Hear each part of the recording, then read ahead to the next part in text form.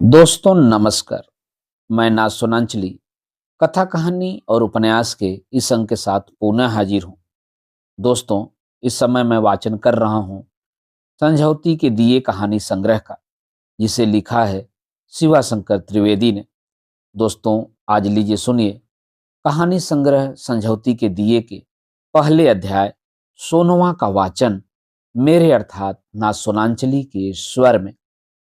बहंगी लचकत जाय कांचे रे बांस क बहंगिया, बहंगी लचकत जाय पूछे ले बाट क बटोहिया, बहंगी के ही घर जाय।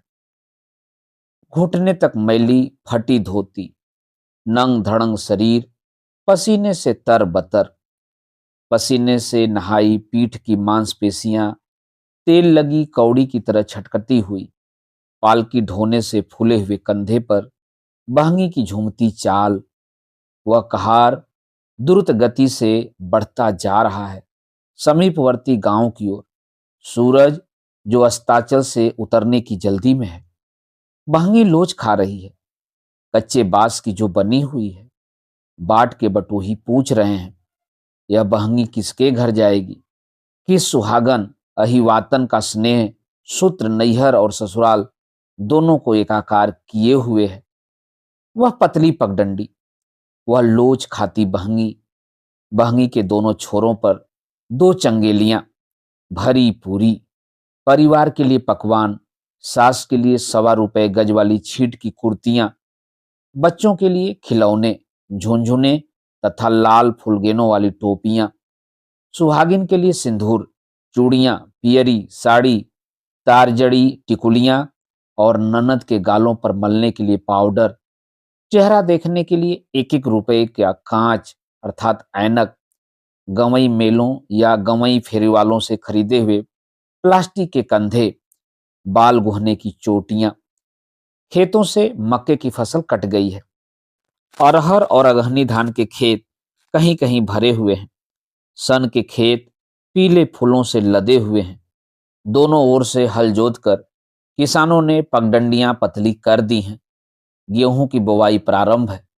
बरसात का पानी प्रायः सूख गया है। जूती हुई धरती से सोंधी सोंधी बास आ रही है। बीच की मूर्ति सिमटती पगडंडी से होकर बहंगी वाला चला जा रहा है। उसी गति से बहंगी लोच खा रही है। हाँ, यह कार्तिक है, छठ वाला कार्तिक, ठेकुए वाला। बीज वाले गेहूं में से ही निकाल लो 4 सेर छठ के ठेकुओं के लिए। लेकिन 4 सेर से क्या होने वाला है?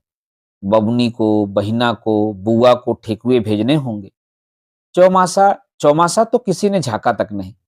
अब तो समाचार लेना चाहिए। पकवान भेज दो। बीज ही वाला अनाज निकाल कर कुछ बेच दो।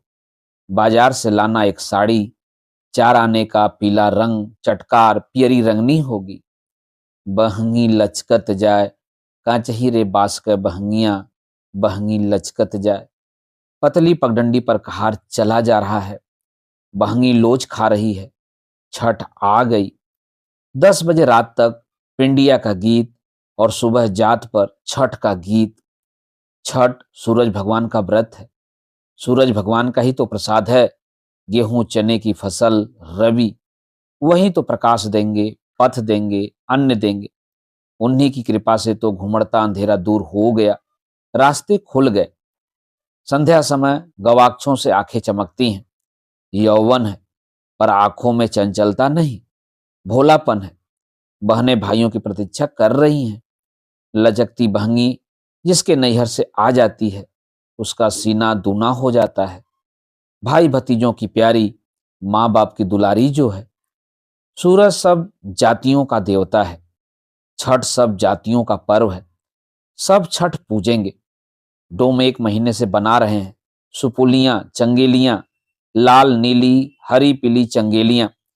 चंगेलियां बहंगी में जाएंगी। सुपोलियों से अर्घ दिया जाएगा। हम लोग भी शाम को मिट्टी ढो ढो कर गांव के पुराने कुएं पर बेदियां बनाते थे, सजाते थे और लिपते थे। मैं मिट्टी के ढेले कूटता था, सोनवा बेदी बनाती और लिपती थी।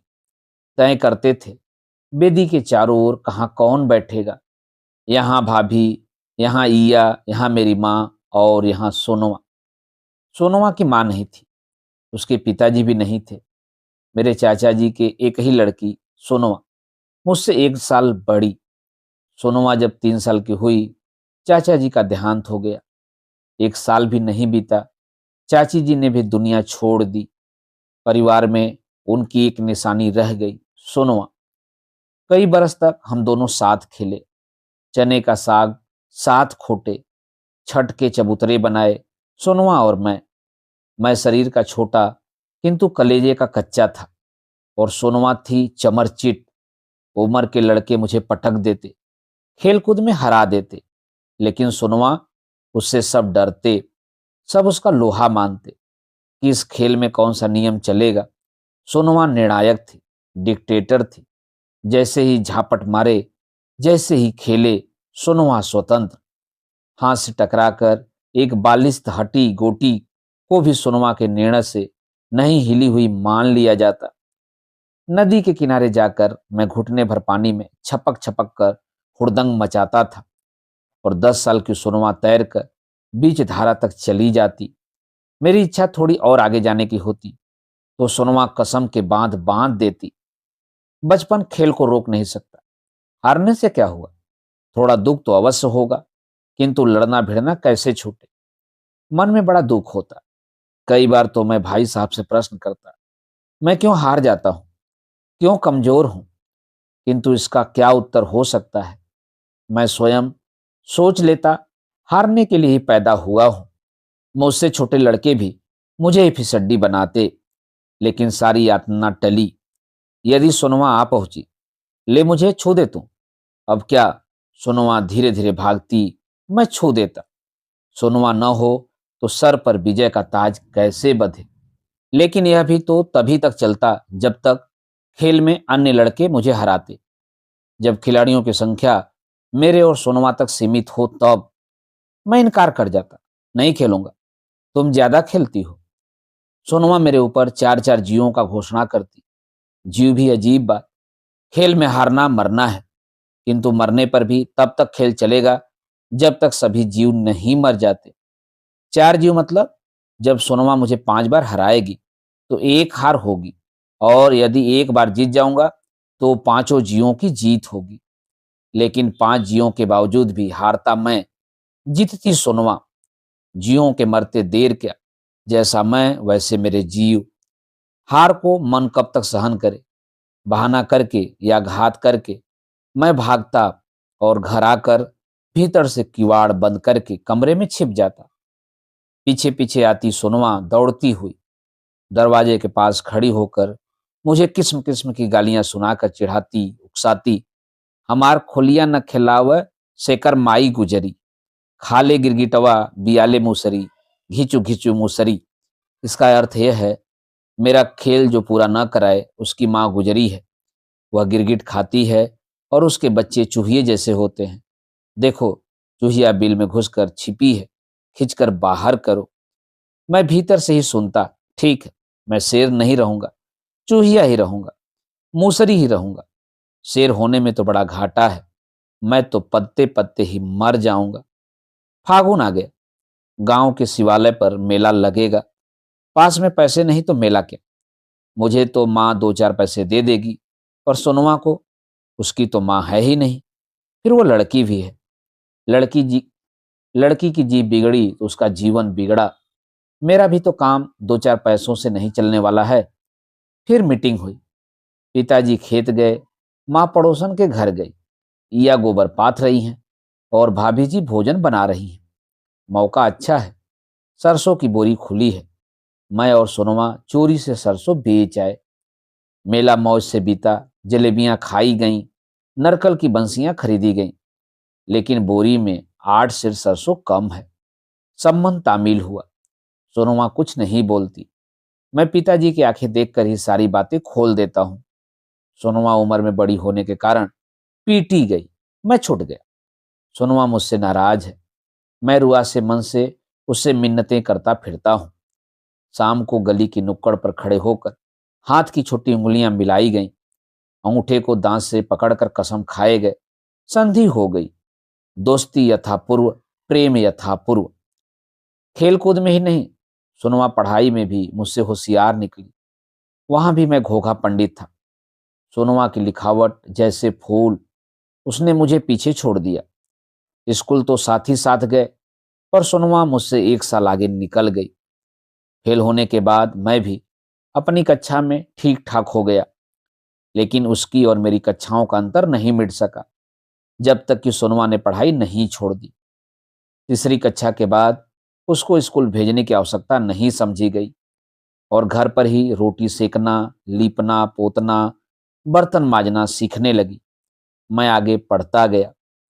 एक दिन पिताजी सोनुआ की शादी तय करके लौटे और घर पर गीत होने लगे, शगुन उठने लगे।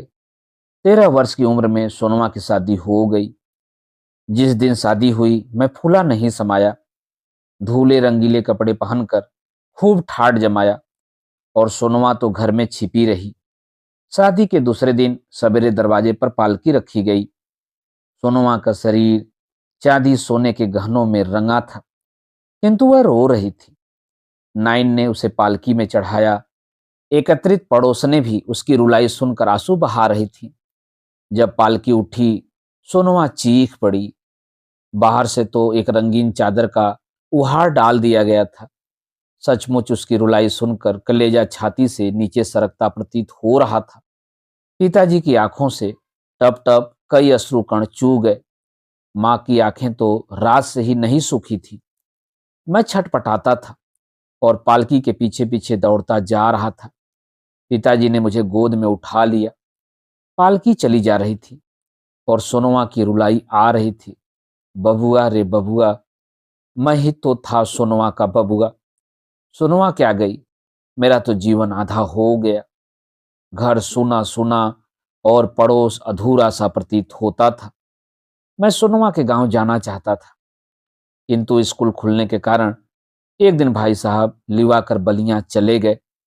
वहां हाई स्कूल में नाम लिखा दिया गया। फिर 8 साल बाद सोनुआ घर आई, मेरी शादी के मौके पर। किंतु यह वह सोनुआ नहीं थी। इसके साथ तो एक 6 माह का बच्चा था, मेरा भांजा। सोनुआ पूरी तरह गृहिणी बन चुकी थी। जाने क्यों उसके आए 1 माह ही हुआ था कि भाभी जी उससे लड़ने झगड़ने लगी। माँ भी उसे डांटती थी। मुझे यह बुरा लगता था, किंतु कर ही क्या सकता था। सोनुआ को भाभी जी की चिंता कम रहती थी। वह तो गांव की औरतों के साथ मेरी शादी के गीत गाया करती थी। एक दिन भाभी जी ने तकरार ही तकरार में सोनुआ पर हाथ छोड़ दिया। सोनुआ ने अन्न छोड़ दिया। सबने मनाया, नहीं मानी। उस दिन मेरी चुमावन थी। शरीर पर हल्दी लगने वाली थी। सोनुआ कोने वाले कमरे में अकेली बैठी थी, किंतु उसने अपना उद्देश्य नहीं भूला था। उसने आकर खुशी मन से आशीष दिए और गीत भी गाए, किंतु फिर उसी कमरे में जाकर बैठ गई। माँ ने कहा, पड़ोसनों ने कहा, पर उसने अन्न ग्रहण नहीं किया। मुझे पता चला। मैं गया उसके कमरे में। सुनवा, आओ बबुआ। सुनवा ने एक पीढ़ा सामने रखा। मेरी शादी है ना सुनवा, और इसमें तू रूठ रही है। चल खाना खा ले। मैंने कहा, तो मैं तुमसे थोड़े रूठी हूं। कितना अपमान है बबुआ। मेरी आंखें कुछ भरी। सुनवा, तू मान अपमान कुछ न देख, प्रेम देख। मेरे मन में तुम्हारे प्रति बहुत श्रद्धा है, और यह सब बातें छोड़। सचमुच सुनवा सारा गरल पी गई। अब कोई कुछ भी कहे, उसे भाई के प्रेम का गर्व था। जब मैं शादी करके लौटा तो सोनुआ ने मुझसे इनाम मांगा।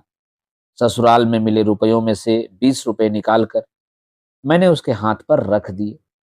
यह बात भाभी जी को विशेष अखरी, और मुझे याद है 1 महीने तक भाभी जी उसे कोसती रहीं। हाथ फैलाकर मांगती हो, बहन तो ऐसी हो कि 4 बरस तक कोई कुत्ता भी भेंट करने के लिए दरवाजे पर नहीं गया। आगे जो तुम्हें बुलाया जाएगा देख लोगी। सोनुआ कभी कभी वजनदार उत्तर दे देती और कभी कभी रोने लगती। मैं तो कॉलेज खुलने पर बनारस चला गया। सोनुआ अपने गांव चली गई। काले से निकला तो नौकरी चाकरी और नई जिंदगी के जाल में इस प्रकार फंसा कि सोनुमा को याद करने की फुर्सत नहीं मिली। 15 बरस बीत गए। सचमुच न तो कोई उससे लिवाने गया, न उससे मिल आने। जाने कैसे सोनुमा को मेरा पता मिल गया। सोनुमा का पत्र आया है। छोटे भाई को आशीर्वाद दिया है उसने। पत्र क्या लिखा है पढ़कर आंसू झर पड़ते हैं। मैं तो जानती हूँ मेरा कोई नहीं है नैहर में जो मुझे बुलाए, लेकिन तुम ही लोग तो मेरे सब कुछ हो। एक बार आंखों से देखने की इच्छा हो रही है। तुम्हारे दोनों बच्चे कैसे हैं? उन्हें देखने की बड़ी लालसा है। उनके लिए टोपियां बनाई हैं। उन्हें किस प्रकार भेजूं? पत्र पढ़कर कई बार चेष्टा की कि उत्तर लिखूं, किंतु जीवन की ये उलझने, वैसे भी पत्र लिखने में आलसी हूं। बरसों बाद गांव आया हूं। दीपावली बिताकर जाने को तैयार हुआ तो माँ ने रोक लिया। छठ बिताकर जाना, माँ का आदेश कैसे टालूं? तार देकर छुट्टी बढ़ा ली। 5 दिन की ही तो बात थी। कल छठ है। गांव के पुराने कुएं पर नन्हे नन्हे बालक बालिकाओं का मेला लगा है। कोई मिट्टी के ढेले तोड़ रहा है, कोई पानी भरकर ला रहा है। बेदियां बनाई जा रही हैं, लिपि पोती जा रही हैं। तय कर रहे हैं कहाँ कौन बैठेगा। यह तुतली बोली, यह पवित्र उल्लास, यह उमंगपूर्ण श्रम। छोटी बच्चियां घुमेड़ बांधकर तुतले कोमल मधुर स्वरों में गा रही हैं। कांच रे बांस का बहंगिया बहंगी लचकत जाए, पूछे ले बाट का बटोहिया बहंगी के ही घरे जाए। आदमी बदले, समाज बदला, जमाना बदला, पुराने गए नए आए, किंतु ये गीत ये कभी नहीं बदले। ये स्वर कभी नहीं मुड़े, ये भाव कभी नहीं घिसे। खोया बचपन पलकों में सजीव हो उठता, मन में मुखर हो उठता है। यहाँ भाभी बैठेंगी, यहाँ ईया, यहाँ मेरी माँ, और यहाँ की सोनुआ याद आती है। एक गुड़िया सी बच्ची, मेरी बहन। वह भी तो आज छठ का व्रत कर रही होगी। उसकी भी पलकें भर आती होंगी बचपन की स्मृतियों से। बहंगी लचकत जाए, लेकिन उसे लचकती हुई बहंगी देखने का सौभाग्य कहाँ। उसने पत्र में लिखा जो था, मैं जानती हूँ मेरा कोई नहीं है नैहर में जो मुझे बुलाए। कोई कोई किसे कहते हैं? सोनुआ के माँ बाप नहीं हैं। भाई, क्या मैं उसका छोटा भाई बबुआ नहीं हूं? तुम ही लोग तो मेरे सब कुछ हो। लिखा था उसने। वे गलियां अब उसकी नहीं। अब वह उन्हें देख नहीं सकती। उसे नैहर का अधिकार कहाँ है? उसे बुलाए कौन? साथ पलने से, साथ खेलने से, साथ रहने से क्या हुआ? गर्भ का अंतर तो नहीं मिटा। मन विचलित हो उठता है। बच्चे अपने उसी रास रंग उल्लास उमंग में तल्लीन है, किंतु मेरी तल्लीनता, मेरी खुशी तो जैसे मिट गई, लूट गई। बच्चों की घुमेड़ के बीच बीच में एक छाया, एक प्रतिध्वनि बिलखती, नाचती, कतराती सी नजर आने लगती है। पलकें भर आती हैं। घर लौट आता हूं। अभी तक बच्चों का स्वर आकाश में, गांव की गली गली में गूंज रहा है, किंतु उस स्वर में एक विचित्र कंपन है। बीच बीच में एक सिसकी, एक कुहूक छटपटा रही है। सोनुआ की पुकार, बहंगी लचकत जाए। माँ, सोनुआ के यहाँ छठ की बहंगी नहीं भेजी गई इस साल? माँ अभी नहीं बोलती। भाभी जी बीच में ही बोल उठती हैं। सोना घर में आग लगाती है। बज्जर पड़े ऐसी सोना को। उसके यहाँ से तो 12 बरस से आना जाना बंद है। 12 बरस से आना जाना बंद है? मेरा दिल दरकता सा मालूम होता है। बड़ा गहरा धक्का सा लगता है। केवल इसलिए कि सोनुआ चचेरी बहन है। मैं तो उसका भाई हूं, सोनुआ के भाई नहीं। कितना विषाक्त अभाव। बच्चों का स्वर मन पर और कलेजे पर चोट कर रहा है। बहंगी लचकत जाए। माँ दूसरे दिन पूछती है, किस गाड़ी से जाओगे? नहीं जाऊंगा, तार दे दिया। 1 सप्ताह और रुकूंगा। आज सोनुआ के यहाँ जाऊंगा। सोना के यहाँ? भाभी जी कुछ चौंकती हैं, किंतु आगे नहीं बोलती। स्नान भोजन के पश्चात साइकिल उठाता हूँ। माँ बुलाकर 10 रुपए का एक नोट देती है। बेटी बहन के घर खाली हाथ नहीं जाना चाहिए। खाली हाथ नहीं जाना चाहिए, यह तो मैं पहले से ही जानता हूँ। इसीलिए तो गले का सूत सुनार को देकर रात ही 300 रुपए लाया। बाजार से मिठाइयाँ लेता हूँ। 4 साड़ियाँ, साबुन, तेल, पाउडर, कांच कंघे, 15 गज अच्छी छीट, चूड़ियाँ, बच्चों के लिए खिलौने, झुनझुने सब एक कहार की बहंगी पर सजाकर सोनुआ के गांव पहुंचता हूँ। सोनुआ मुझे आंगन में बुलाती है। मैं एक कमरे में टूटी हुई चारपाई पर बैठ जाता हूँ। वह मेरे पैर पकड़कर रोती है। थाली में पानी भरकर मेरे पैरों को मल मल कर धोती हुई समाचार पूछने के लिए सर ऊपर उठाती है। अरे, इतना परिवर्तन! सोनुआ की तो उम्र ही ढल चली। इस गरीबी से लड़ते लड़ते सोना तो अब माटी हो चली है, किंतु उसका दिल, वह बचपन, वह यौवन। सोनुआ चचेरी बहन थी, उसके माँ बाप नहीं थे, इसीलिए तो इसके लिए यह घर भर ढूंढे गए, किंतु वे सोने चांदी के आभूषण, वे तो मंगनी के रहे होंगे। खैर, अब क्या हो सकता है। सोनुआ जहां रखी गई वहीं संतुष्ट है। इस गरीबी में, इस दरिद्रता में सोनुआ को मेरे बच्चों की याद कैसे आई। उसने उनके लिए टोपियां बनाई। अवश्य वे टोपियां पेट काट कर बनी होंगी। दिल उमड़ आता है। सोनुआ के 3 बच्चे हैं। एक तो अब खेती का काम करता है। 2 छोटे बच्चे आकर पैर छूकर प्रणाम करते हैं। उन्हें 10-10 रुपए देता हूँ। सोनुआ को 50 रुपए। तब तक मेरा बड़ा भांजा भी आंगन में आ जाता है। खेत से घास का बोझ लेकर आया है। घुटने तक धूल लगी है। बालों में कभी तेल नहीं लगा। उजड़ सा है, किंतु चेहरे पर आभा है, एक ज्योति है। मामा को प्रणाम नहीं किया, कहती है सोनुआ। बड़ा भांजा भी आकर पैर छूता है। उसे भी 10 रुपए देता हूँ। मेरी शादी के समय इसकी उम्र 6 माह की थी। सोनुआ मना करती है। 1-1 रुपए इन्हें देने चाहिए, मुझे 2 रुपए दे देते। किंतु मेरा मन अब भी मेरी सामर्थ्य को धिक्कार रहा था। कहती है सोनुआ, मुझे पता लगा था कि तुम गांव पर आए हो। सोचती थी मेरे यहाँ अवश्य आओगे। परसों दरवाजे पर खड़ी बाट जो रही थी, एक साइकिल आती दिखाई पड़ी। दिल खुशी से उछलने लगा, लेकिन साइकिल उधर मुड़ गई। मन बड़ा दुखी हुआ। मैंने किसी से कुछ कहा नहीं। लोग मेरी हंसी उड़ाते हैं। तुम्हारे मायके में तुम्हारा कौन है? पराये की आस मत करो। चचेरे भाइयों ने किसकी साथ पूरी की है। मेरा मन उखड़ा उखड़ा सा है। एक दिन वहीं रुक जाता हूँ। शाम को अपने बड़े भांजे के साथ घूमने जाता हूँ। मेरे मामा हैं। बड़ी शान से वह दूसरों से मेरा परिचय कराता है। आज सोनुआ का दिल आकाश पर है। भाई ने साध पूरी की है। 4 कीमती साड़ियां, बच्चों को 10-10 रुपए, उसे 50 रुपए, 15 गज छीट, सब सामान लेकर उसका भाई आया है। सामान उसने एक कमरे में चारपाई पर सजा दिया है। आने वाली पड़ोसनों से बार बार बताती है, मेरे भाई आए हैं, छठ का सामान लाए हैं। आज सोनुआ भी नैहर की दुलारी बनी है। लौटते समय सोनुआ से कहता हूँ, सोनुआ, वे टोपियां तो दे दे। सोनुआ शर्माती है। 10 आने गज की छीट की वे टोपियां, किंतु मैं भी हठी हूँ। टोपियां लेकर ही लौटता हूँ। कुछ दूर आकर साइकिल से उतरकर मुड़कर देखता हूँ। सोनुआ के दरवाजे पर एक औरत खड़ी है। पास में 2 बच्चे खड़े हैं। उस औरत के हाथ मेरी ओर उठते हैं। साइकिल का रुकना देखकर बच्चे भी हाथ उठाकर उछलते नजर आते हैं। आंखों का जल सूख नहीं पाता, किंतु फिर साइकिल पर बैठ जाता हूँ। टोपियां देखकर भाभी जी को कुछ असंतोष होता है। 10 रुपए की सिरनी और ये टोपियां, लेकिन मैं टोपियां बच्चों को पहना देता हूँ। लोग कहते हैं, यह पुराने फैशन की चीजें किस अजायब घर से उठा लाए। किंतु वे टोपियां पहने मेरे नन्हे मुन्ने बड़े सुंदर लगते हैं। प्रेम पुराना नहीं होता, उसका फैशन नहीं बदलता, उसमें घून नहीं लगते।